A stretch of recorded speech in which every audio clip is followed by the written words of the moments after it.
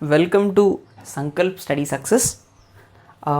Friends, ఈ particular session అనేది computer science and information technology చదువుతున్న వాళ్ళు, ఇంజనీరింగ్ చదువుతున్న వాళ్ళు, CSE అండ్ IT చదువుతున్న వాళ్ళకి ఈ సెషన్ హెల్ప్ అవుతుంది.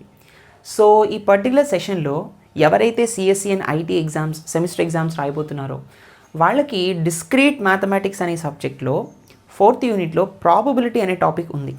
సో ఆ ప్రాబబిలిటీ అనే టాపిక్ నుంచి either 7 to 8 marks or 15 marks question డైరెక్ట్గా అడగచ్చు, రైట్? అయితే ఈ పర్టికులర్ సెషన్లో మనం ఆ సెమిస్టర్లో, అంటే మీరు రాయబోయే ఎగ్జామ్లో ఆ 15 మార్క్స్ క్వశ్చన్ కానీ 7 or 8 మార్క్స్ క్వశ్చన్ కానీ ఎట్లా అడుగుతాడో ఆ ఎక్స్పెక్టెడ్ క్వశ్చన్స్ అన్ని మనం సాల్వ్ చేద్దాం. ఇది చాలా చాలా చాలా ఈజీ టాపిక్. సో ఈ టాపిక్ని ఎవరూ వదలకండి. ఈ టాపిక్లో ఎక్స్పెక్టెడ్ క్వశ్చన్స్ ఏవైతే ఉన్నాయో అవి మనం డిస్కస్ చేసుకుందాం. So let us go through. సరే, but before that small suggestion. Probability మీద ఆల్రెడీ నేను కొన్ని వీడియోస్ చేశాను, ఒక 3 వీడియోస్ ఉన్నాయి. ఆ 3 వీడియోస్ కూడా బేసిక్ వీడియోస్ అనమాట. జనరల్గా అసలు నాకు ప్రాబబిలిటీ అంటే ఏమిటో తెలియదు అన్న వాళ్ళకి బేసిక్స్ లెవెల్ నుంచి కూడా కొంచెం డెప్త్ లెవెల్ వరకు, గేట్ పాయింట్ ఆఫ్ వ్యూ వరకు కూడా ఆ సెషన్స్ చెప్పడం అన్నది జరిగింది. ఇఫ్ యూ ఆర్ ఇంట్రెస్టెడ్, మీకు ఆ సెషన్స్ కూడా పంపిస్తాను. మన ఛానల్లో కూడా ఉన్నాయి. Please go through them once, right? సరే, కొన్ని క్వశ్చన్స్ మనం సాల్వ్ చేద్దాం. సీ ఫ్రెండ్స్, ఇక్కడ క్వశ్చన్ ఏమడుగుతున్నాడు అంటే, professor X and madam Y appear for an interview for 2 post. ఒక 2 పోస్టులకి 2 వ్యక్తులు అటెండ్ అవుతున్నారు. ఒకరేమో ఎక్స్, ఇంకొకరేమో వై. వీళ్ళిద్దరూ ఒక ఇంటర్వ్యూకి అటెండ్ అవుతున్నారు. ఉన్నవి 2 పోస్టులు. Okay, fine. The probability of professor x selection is 1/7. X select అయ్యే ఛాన్స్ 1/7 అంటున్నాడు. అండ్ మేడం వై సెలెక్ట్ అయ్యే ఛాన్స్ 1/5 అంటున్నాడు. అంటే see friends, probability of X ఎంత? సెలెక్ట్ అయ్యే chance 1/7. And probability of y select అయ్యే ఛాన్స్ ఎంత అంటే 1/5. అవునా కదా? రైట్. సో ఇప్పుడు ఎక్స్ సెలెక్ట్ అయ్యే ఛాన్స్ 1/5 అయితే సెలెక్ట్ అవ్వని ఛాన్స్ ఎంత? It's nothing but P of x బారే కదా. ఇది ఎట్లా రాస్తాం? 1 - P of x. అవునా? That is nothing but 1 - 1/7 which results to 6/7. అంటే ప్రాబిలిటీ ఆఫ్ ఎక్స్ బార్ ఎంత అంటే, ఎక్స్ సెలెక్ట్ అవ్వని ఛాన్స్ 6/7, వై సెలెక్ట్ అయ్యే ఛాన్స్ 1/5 అయినప్పుడు ప్రాబిలిటీ ఆఫ్ వై బార్ ఎంత? 1 - P of y. How can I right this? 1 - 1/5 which results to 4/5. So P of y bar ఎంత అంటే 4/5, right? Okay, సరే. ఇచ్చినటువంటి ఫస్ట్ క్వశ్చన్, ఇక్కడ 2 క్వశ్చన్స్ అడిగాను నన్ను. ఈ 2 క్వశ్చన్స్ని మనం సాల్వ్ చేయాలి, రైట్? 8 మార్క్స్ క్వశ్చన్కి ఇలాంటివి అడగచ్చు. 4 మార్క్స్ చొప్పున. అర్థమైందా? సరే, find the probability that only one of them ఈ సెలెక్టెడ్. కేవలం ఒక్కళ్ళు మాత్రమే సెలెక్ట్ అయ్యే ఛాన్స్ ఎంత? ఓన్లీ 1 అన్న అనొచ్చు, లేదా ఎగ్జాక్ట్లీ అని కూడా అనొచ్చు. ఎగ్జాక్ట్గా ఒక్కళ్ళు మాత్రమే సెలెక్ట్ అయ్యే ఛాన్స్ ఎంత అని అర్థం. అయితే ఇది ఎట్లా గుర్తుపెట్టుకోవాలి అంటే, మీకు వెన్ డయాగ్రామ్స్ నేర్చుకునే ఉంటారు. Suppose this is the heart అనమాట ప్రాబబిలిటీకి వెన్ డయాగ్రామ్స్ అనేవి. ఎగ్జాక్ట్లీ 1 అంటే అర్థం ఏంటి?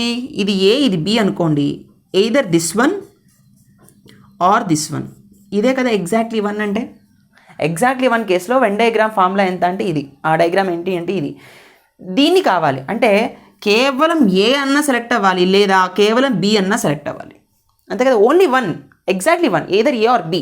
అయితే దీనికి మనం ఎట్లా చేస్తాము అంటే, ఇది ఎట్లా ఒబ్టైన్ అవుతుంది జనరల్గా అంటే, వెన్ డయాగ్రామ్లో ఈ మొత్తంలోంచి ఈ పార్ట్ ఏదైతే ఉందో ఇది తీసేసామనుకోండి, అప్పుడు ఇదే కదా వచ్చేది. అంటే ఇది మొత్తాన్ని మనం ఏమని పిలుస్తాము? ఏ యూనియన్ బి అని పిలుస్తాం. అవునా కదా? ఈ ఏ యూనియన్ బిలోంచి ఇది పర్టికులర్ పార్ట్ని ఏమని పిలుస్తాము? రెండిట్లో కామన్ పార్ట్. కాబట్టి this is nothing but A intersection B. ఈ ఏ ఇంటర్సెక్షన్ బిని తీసేసాను అనుకోండి, నాకేమొస్తుందన్నా?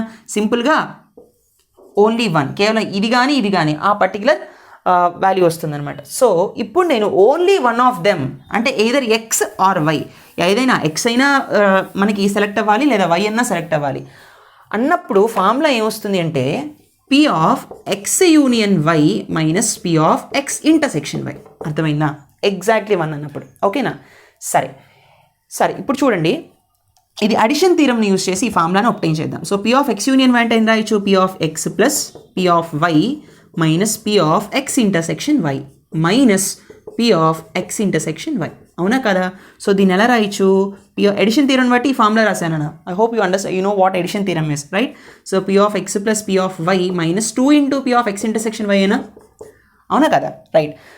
సరే, P of x వాల్యూ మనకు తెలుసు 1/7 అని. అవునా? తర్వాత ప్లస్ P of y ఎంత? P of y is 1/5, right? Minus 2 into మరి P of x intersection y ఎంత అంటే, ఎప్పుడైనా గుర్తుపెట్టుకోండి, దీని వాల్యూ రాయాలి అంటే ఫస్ట్ ఆఫ్ ఆల్ అడిగినటువంటి ఈవెంట్ ఏ పర్టికులర్ ఈవెంట్ అనేది మనకు తెలిసి ఉండాలి. అంటే అది ఇండిపెండెంట్ ఈవెంటా, డిపెండెంట్ ఈవెంటా, డిస్జాయింట్ ఈవెంటా మనకు తెలిసి ఉండాలి. అది ఎట్లా తెలుస్తుంది అంటే ఇక్కడ మీరు కేర్ఫుల్గా ఇచ్చిన డేటాను అబ్జర్వ్ చేస్తే మనకి ఇక్కడ ఎక్కడైనా ఒక కండిషన్ ఇచ్చాడా అంటే but something like X select అయితేనే వై సెలెక్ట్ అవుతుంది అన్న కండిషన్ ఏమైనా ఇచ్చాడా? ఆ కండిషన్ ఏం లేదు. వై సెలెక్ట్ అయితే ఎక్స్ సెలెక్ట్ అవ్వదు అట్లాంటి కండిషన్ ఏమైనా ఇచ్చాడా? కండిషన్ ఏం లేదు. అంటే ఎవరు బాగా పర్ఫామ్ చేస్తే వాళ్ళే సెలెక్ట్ అవ్వచ్చు, అంతే కదా. అంటే ఎక్స్ సెలెక్ట్ అయ్యే ఛాన్సెస్ మీద వై సెలెక్షన్ ఆధారపడి లేదు, వై సెలెక్ట్ అయ్యే ఛాన్స్ మీద ఎక్స్ సెలెక్ట్ అయ్యే ఛాన్స్ ఆధారపడి లేదు. అంటే both are independent to each other, అవునా కదా. సో ఇండిపెండెంట్ ఉన్నప్పుడు జనరల్గా P of A union B, A and B రెండు ఇండిపెండెంట్ ఈవెంట్స్ అయితే P of A intersection B formula ఏంటి? P of A into P of B. అర్థమైందా? Independent ఈవెంట్స్లో ఫార్ములా ఇదనమాట. అలాంటప్పుడు దీన్ని ఎలా రాయొచ్చు? P of X into P of Y. Okay, so what I will be getting 1/7 plus 1/5 minus 2 into okay నేను write this P of X ఎంత 1/7 కదా, 1/7 into 1/5, right or not? So 1/7 plus 1/5 అంటే ఇట్స్ 12/35 వస్తుంది. 5 plus 7 is 12, 7 5 is 35, minus 2 divided by 7 5 is 35 again. So 12 minus 2 is 10, 10 divided by 35, avuna kada. So 5 2 is 10, 5 7 is 35, which results to 2/7. This is the answer. Adavaina, the probability that only one of them is selected ante 2/7 anamata. This is the probability. Right Nana, please note this. Now let us see the second one. Okay, ఇక్కడ ఏమంటున్నాడు second one?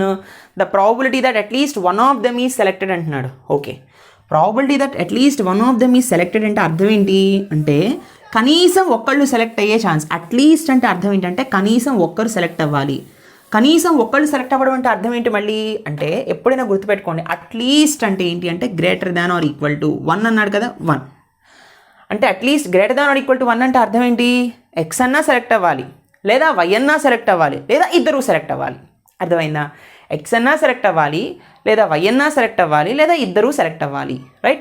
Utmost అన్నాడు అనుకోండి, at most అంటే less than or equal to, at least అంటే greater than or equal to, అది గుర్తుపెట్టుకోండి. At most అంటే less than or equal to అని తీసుకోవాలన్నమాట. అర్థమైందా? అట్లీస్ట్ అంటే greater than or equal to. ఇక్కడ 1 ఇచ్చాడు కాబట్టి 1 వేసాం, రైట్? సరే, బాగానే ఉంది. ఇప్పుడు మీకు నేను ఒక ఫార్ములా చెప్తాను. ఏంటంటే అట్లీస్ట్ 1 అన్నప్పుడు కేవలం ఇక్కడ 1 ఉన్నప్పుడు మాత్రమే ఈ ఫార్ములా పాసిబుల్ అవుతుంది. అట్లీస్ట్ 1 ఉన్నప్పుడు ఫార్ములా ఏంటి అంటే ప్రాబిలిటీ ఆఫ్ అట్లీస్ట్ 1 ఫార్ములా ఏంటి అంటే 1 మైనస్ ప్రాబిలిటీ ఆఫ్ నన్. అది గుర్తుపెట్టుకోండి. ప్రాబిలిటీ ఆఫ్ అట్లీస్ట్ 1 కనీసం ఒకళ్ళు సెలెక్ట్ అయ్యే ఛాన్స్ ఎంత అంటే టోటల్ ప్రాబిలిటీ మైనస్ అసలు ఎవరు సెలెక్ట్ కానీ ప్రాబిలిటీ. అర్థమైందా? అసలు ఎవరు సెలెక్ట్ కానీ ప్రాబిలిటీ అంటే ఏ సెలెక్ట్ ఎక్స్ సెలెక్ట్ అవ్వకూడదు, వై కూడా సెలెక్ట్ అవ్వకూడదు, అదనమాట. ఇది ఎట్లా వచ్చింది అని మీరు నన్ను అడగచ్చు. జనరల్గా ప్రాబిలిటీ అనేది 0 దగ్గర నుంచి 1 వరకు ఉంటుంది. లేదా మన ర్యాండమ్ వేరియబుల్ని కన్సిడర్ చేసుకున్నాం అనుకోండి, 0 1 2 3 and so on up to n అనుకుంది, రైట్? అట్లీస్ట్ 1 అంటే ఏం చెప్పాను? Greater than or equal to 1 అని చెప్పాను కదా. అంటే ఇక్కడి నుంచి ఇక్కడ వరకు 1 దగ్గర నుంచి up to n number of వరకు.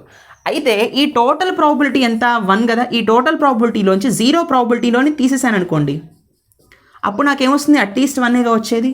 అలా రాశాను అనమాట. 1 మైనస్ ప్రాబిలిటీ ఆఫ్ నన్, ఏది సెలెక్ట్ కానీ ప్రాబిలిటీ. అర్థమైందా? సో ప్రాబిలిటీ ఆఫ్ అట్లీస్ట్ 1 అంటే 1 total probability minus probability of none. Okay, fine. So ఇప్పుడు 1 minus ఇక్కడేంటి?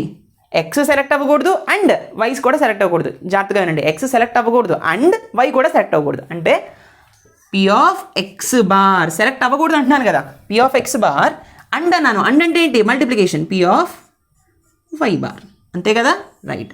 So 1 minus P of x bar, x bar ఎంత ఇచ్చాను అన్న 6/7 వచ్చింది మనకి, 6/7 into P of y bar, y bar ఎంత? 4/5. So 1 minus 6 4 24, 7 5 35. So 35 minus 24 divided by 35, అవునా కదా? What I will be getting here? 11 divided by 35. అర్థమైందా? సో ఈ విధంగా ప్రాబిలిటీ ఆఫ్ అట్లీస్ట్ 1ని మనం ఆబ్టైన్ చేయొచ్చు. Okay, this is such an important bit నాన్న. ఇవి ఇట్లాంటివి అడిగినప్పుడు మాత్రం మీరు క్వశ్చన్ని వదలకండి. అర్థమైందా? పదే పదే ప్రాక్టీస్ చేయండి, ఇవి గుర్తుపెట్టేసుకోండి. ఓకేనా? ఓన్లీ ద థింగ్ ఈజ్ అడిగినటువంటి event A type of event అనేది మీకు తెలిసి ఉండాలి. ఓకేనా? అది తెలిస్తే P of A intersection below A particular ఫామ్లో మనం ఆబ్టైన్ చేయాలి అనేది మీకు తెలిసి ఉండాలి. అదే ఒకవేళ మ్యూచువల్ ఎక్స్క్లూజివ్ అయిందనుకోండి, ఆ ఈవెంట్ అనేది mutual exclusive or else disjoint అని తెలిస్తే P of A intersection B value 0 అయిపోతుంది. అర్థమైందా? Please note this. Let us see the next question. Okay friends, ఇప్పుడు మనం మరొక ఇంపార్టెంట్ మోడల్ డిస్కస్ చేసుకుందాము. సో ఈ పర్టికులర్ మోడల్ అనేది expected model, leap year model అంటాం దీన్ని. సరే, ఇటువంటివి మనం ఎలా సాల్వ్ చేయాలి? What is the probability that a leap year will contain 53 Mondays అంటున్నాడు కదా. ఒక లీప్ ఇయర్లో 53 మండేస్ వచ్చేటటువంటి ఛాన్స్, ప్రాబబిలిటీ అంటే ఏంటి? ఛాన్సే కదా, అవునా కదా. జనరల్గా లీప్ ఇయర్ అంటే దాని అర్థం ఏంటి? లీప్ ఇయర్లో 4 yearsకి ఒకసారి వస్తుంది కదా. లీప్ ఇయర్లో ఎన్ని డేస్ ఉంటాయి అంటే 366 డేస్ ఉంటాయి, అవునా కదా. అంటే 366 డేస్ అంటే మనం ఎలా చెప్పచ్చు?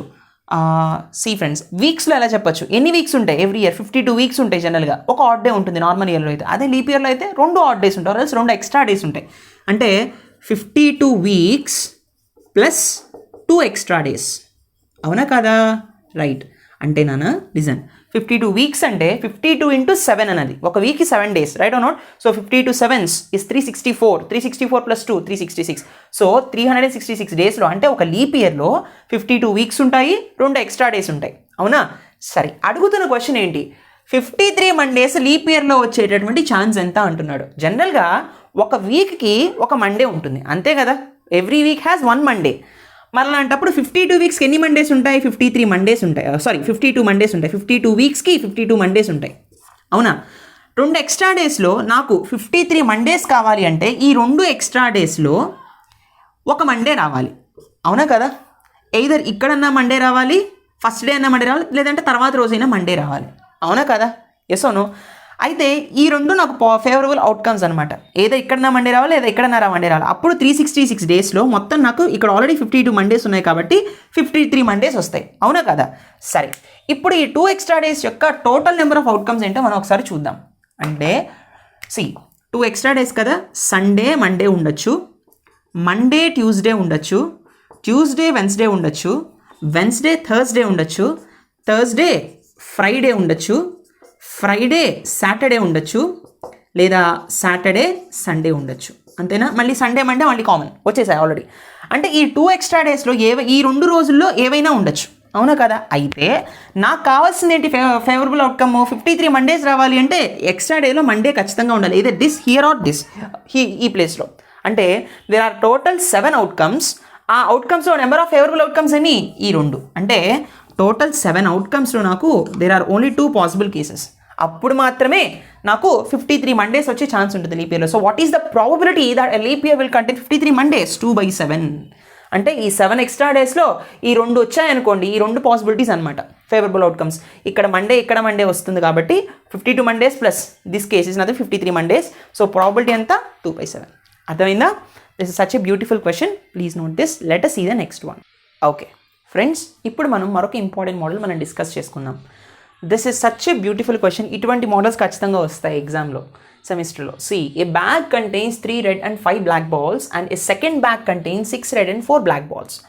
A ball is drawn from each bag. Find the probability that one is red and other is black అంటున్నాడు. సరే, ఇది ఎట్లా సాల్వ్ చేయాలి? ఒక బ్యాగ్లో 3 రెడ్ బాల్స్ ఉన్నాయి, 5 బ్లాక్ బాల్స్ ఉన్నాయి. And a second bag contains 6 red balls and 4 black balls. 2 bags ఉన్నాయి నాన్న. ఈ 2 బ్యాగ్స్ ఎలా ఉన్నాయి అంటే ఇందులో 3 రెడ్ బాల్స్ ఉన్నాయి ప్లస్ 5 బ్లాక్ బాల్స్ ఉన్నాయి. టోటల్గా 8 బాల్స్ ఉన్నాయి, అవునా కదా. 8 బాల్స్లో 3 రెడ్ బాల్స్ 5 బ్లాక్ బాల్స్ ఉన్నాయి. ఆ తర్వాత this is first bag. Second బ్యాగ్లో ఇక్కడ కూడా మనకి ఇక్కడ 10 బాల్స్ ఉన్నాయి, ఎందుకంటే ఇక్కడ 6 రెడ్ బాల్స్ ఉన్నాయి ప్లస్ 4 బ్లాక్ బాల్స్ ఉన్నాయి. టోటల్గా ఎన్ని బాల్స్ ఉన్నాయి అంటే 10 బాల్స్ ఉన్నాయి కదా. రైట్. ఇప్పుడు a ball is drawn from each bag అంటున్నాడు. ఒక్కొక్క బ్యాగ్లోంచి ఒక బాల్ తీశాడు, అంటే ఇందులోంచి ఒక బాల్ తీశాడు, ఇందులోంచి ఒక బాల్ తీశాడు. తీసినప్పుడు find the probability that one is red and other is black. ఒకటేమో బ్లాక్, ఒకటేమో రెడ్ అంటున్నాడు. మనకి ఇక్కడ ఏదైనా కండిషన్ ఇచ్చాడా? ఫస్ట్ బ్యాగ్ నుంచే రెడ్ వచ్చింది, సెకండ్ బ్యాగ్ నుంచి బ్లాక్ వచ్చిందని ఇచ్చాడా? లేదా ఫస్ట్ బ్యాగ్ నుంచి బ్లాక్ వచ్చి సెకండ్ బ్యాగ్ నుంచి రెడ్ వచ్చింది అనేటటువంటి ఛాన్స్ ఏమైనా ఇచ్చాడా? ఏమి ఇవ్వలేదు. జస్ట్ సింపుల్గా వాడు ఏమన్నాడు?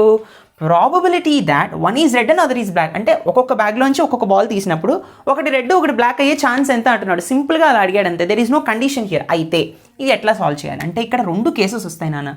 మనకి ఒకటేమో రెడ్, ఒకటేమో బ్లాక్ అన్నాడు కాబట్టి ఇందులోంచి రెడ్ అన్న రావచ్చు, లేదా ఇందులోంచి అనే రెడ్ రావచ్చు, ఇందులోంచి బ్లాక్ అన్న రావచ్చు, ఇందులోంచి బ్లాక్ అన్న రావచ్చు కదా. There are 2 chances. సరే, ఇప్పుడు మనం ఫస్ట్ ఆఫ్ ఆల్ మనం గివెన్ డేటాను ఒబ్టైన్ చేద్దాం. ఫస్ట్ బ్యాగ్లోంచి ప్రాబబిలిటీ ఆఫ్ ఫస్ట్ బ్యాగ్లోంచి రెడ్ బాల్ వచ్చే ఛాన్స్ ఎంత? ఫస్ట్ బ్యాగ్లోంచి రెడ్ బాల్ వచ్చేటటువంటి ప్రాబబిలిటీ ఎంత అంటే ఫస్ట్ బ్యాగ్లో టోటల్ 8 బాల్స్ ఉన్నాయి, అందులో రెడ్ బాల్స్ ఎన్ని ఉన్నాయి? 3 ఉన్నాయి, కాబట్టి 3/8 అంటే ఫస్ట్ బ్యాగ్లోంచి రెడ్ బాల్స్ వచ్చే chance 3/8. Next probability of B1 first బ్యాగ్లోంచి బ్లాక్ బాల్స్ వచ్చే ఛాన్స్ ఎంత అంటే 5 బ్లాక్ బాల్స్ ఉన్నాయి, out of 8 5 black balls are there, అంతేనా? సరే, ఇప్పుడు సెకండ్ బ్యాగ్ని చూద్దాం. ప్రాబబిలిటీ ఆఫ్ R2 అంటే సెకండ్ బ్యాగ్లోంచి రెడ్ బాల్స్ వచ్చే ఛాన్స్ ఎంత అంటే 6/10, అంతేనా? నెక్స్ట్ ప్రాబబిలిటీ ఆఫ్ సెకండ్ బ్యాగ్లోంచి బ్లాక్ బాల్స్ వచ్చే ఛాన్స్ ఎంత అంటే 4/10, అంతేనా? క్యాన్సిల్ చేసుకుంటే క్యాన్సిల్ చేసుకోండి, no problem, better leave like that. సరే, అడుగుతున్న క్వశ్చన్ని బట్టి రాదాం. Probability that 1 is red and 1 is black అంటే చూడండి, మనకి దీనిలోంచి రెడ్ వచ్చింది అనుకోండి, దీనిలోంచి బ్లాకే కదా రావాలి అప్పుడు, అవునా? ఫస్ట్ బ్యాగ్లోంచి రెడ్ రావాలి, అండ్ అంటే ఇంటర్సెక్షన్ అని చెప్పాను, సెకండ్ బ్యాగ్లోంచి బ్లాక్ రావాలి, అవునా? దీనిలోంచి రెడ్, ఇందులో రెడ్ వస్తే ఇందులో బ్లాక్ రావాలి, లేదా అంటున్నాను, లేదా అంటే ఆర్ ప్లస్, రైట్? లేదా ఇందులోంచి బ్లాక్ వస్తే ఇందులోంచి రెడ్ రావాలి, ఇందులోంచి ఫస్ట్ బ్యాగ్లోంచి బ్లాక్ రావాలంటే probability of B1 and intersection R2, అంతేనా నాన్న? దిస్ ఈస్ ద ఫార్ములా అనమాట. అడిగిన క్వశ్చన్కి ఇది. The probability that 1 is red and other is black is P of R1 intersection B2 plus P of B1 intersection R2. అంటే మనకి ఈ రెండు కేసెస్ ఉన్నాయి. ఒక కేసేమో ఫస్ట్ బ్యాగ్ నుంచి రెడ్ బాల్ రావచ్చు అండ్ సెకండ్ బ్యాగ్ నుంచి బ్లాక్ బాల్ రావచ్చు, లేదా అంటే ప్లస్ ఫస్ట్ బ్యాగ్ నుంచి బ్లాక్ బాల్ రావచ్చు, సెకండ్ బ్యాగ్ నుంచి రెడ్ బాల్ రావచ్చు. అదే కదా మనం రాసాం. ఇప్పుడు ఇంటర్సెక్షన్ ఉన్నప్పుడు మీకు చెప్పాను, టైప్ ఆఫ్ ఈవెంట్ ఏంటో తెలుసుకుని అప్పుడు ఇంటర్సెక్షన్ ఫార్ములా రాయాలి. టైప్ ఆఫ్ ఈవెంట్, అసలు ఇది ఏ టైప్ ఆఫ్ ఈవెంట్ అంటే ఇది కూడా ఇండిపెండెంట్ ఈవెంటే. ఎందుకని అంటారేమో, ఇక్కడ మీరు జాగ్రత్తగా అబ్జర్వ్ చేస్తే, నేను ఇందులోంచి రెడ్ బాల్ వస్తే నేను ఇందులోంచి బ్లాక్ బాల్ వస్తాను అని అంటుందా? అనదు. అర్థమైందా? లేదా అంటే బోత్ ఆర్ ఇండిపెండెంట్. ఇందులోంచి బ్లాక్ వస్తే నేను ఇందులోంచి రెడ్ వస్తానని అనదు. ఏదైనా ఛాన్స్ రావచ్చు, అంటే ఇట్ ఈస్ ఇండిపెండెంట్ అనమాట, independent to each other. So P of ఎలా రాయచ్చు? R1 into P of B2, అంతేనా నాన్న? ఆల్రెడీ మనం చెప్పుకున్నాం, P of A intersection B కూడా P of A into P of B. This is nothing but independent event యొక్క formula. So P of B1 into P of R2, right or not? సరే, ఇప్పుడు already మనం probability వాల్యూస్ని obtain చేసాం. P of R1 ఎంత? 3/8 into P of B2 ఎంత? 4/10, yes అవును, plus P of B1 ఎంత? P of B1 is 5/8 into P of R2 ఎంత? P of R2 is 6/10, yes అవును. ఇప్పుడు మనం సాల్వ్ చేద్దాం. సో 3 4s 12, లేదంటే 4 2s 8 రాసేసుకోవచ్చు కదా, అవునా? And better don't cancel this, ఎందుకంటే ఎల్సిఎం ఈక్వల్గా చేయడానికి 4 3s 12, 12/80, అవునా? 8 times 80 ప్లస్ 6 5s 30, 30/80, అవునా కదా? 12 plus 30 is nothing but 42 divided by 80. 2 టేబుల్లో క్యాన్సిల్ అవుతుంది కదా, 2 2s 4, 2 1s 2, 2 4s are 8, 0.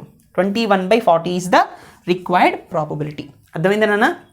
Only the thing is ఈ పర్టికులర్ ఫార్ములాను ఒబ్టైన్ చేయడంలోనే ఉంది నాన్న. అడిగిన క్వశ్చన్ ఏ టైప్ ఆఫ్ ఈవెంటో ముందు మీరు అర్థం చేసుకోవాలి. అడిగిన క్వశ్చన్ దాన్ని బట్టి మీరు ఫార్ములాని రాసుకోవాలన్నమాట. అక్కడ ఈ లాజికల్ థింకింగ్ అనేది మీకు హెల్ప్ అవుతుంది, రైట్? Please note this. క్వశ్చన్ని పదే చదివితే మీకు అర్థమవుతుంది. Please note this. Let us see the next one. Okay friends, now let us see another question. ఈ క్వశ్చన్ వచ్చేసి దీనికి నేను 2 ways ఆఫ్ అప్రోచ్ చెప్తాను. ఒకటి, మీకు కాంపిటేటివ్ ఎగ్జామ్స్ ఏవైతే ఉంటాయో, గేట్ ఇటువంటి కాంపిటేటివ్ ఎగ్జామ్స్లో షార్ట్ కట్లో ఈ క్వశ్చన్ ఎలా చేయాలి, అదే సెమిస్టర్ ఎగ్జామ్స్లో వచ్చేసరికి కన్వెన్షనల్ అప్రోచ్ ఎలా చేయాలో 2 మెథడ్స్ని మనం చెప్పుకుందాం, సరేనా? మీకు సెమిస్టర్ ఎగ్జామ్ కాబట్టి ఈ సెమిస్టర్ ఎగ్జామ్లో ఖచ్చితంగా షార్ట్ కట్స్ చేయకూడదు, కన్వెన్షనల్ మెథడే చేయాలి కదా. సరే, look at this question. 3 coins are tossed once. 3 కాయిన్స్ని ఒకేసారి టాస్ చేశారట. టాస్ చేసినప్పుడు find the probability of getting exactly 2 heads. Exactly 2 heads are possible. ఏంటి 2 సార్లు రాసేసేనా? ఇన్ హౌ మెనీ వేస్ కాదు, కరెక్టే. Exactly 2 heads.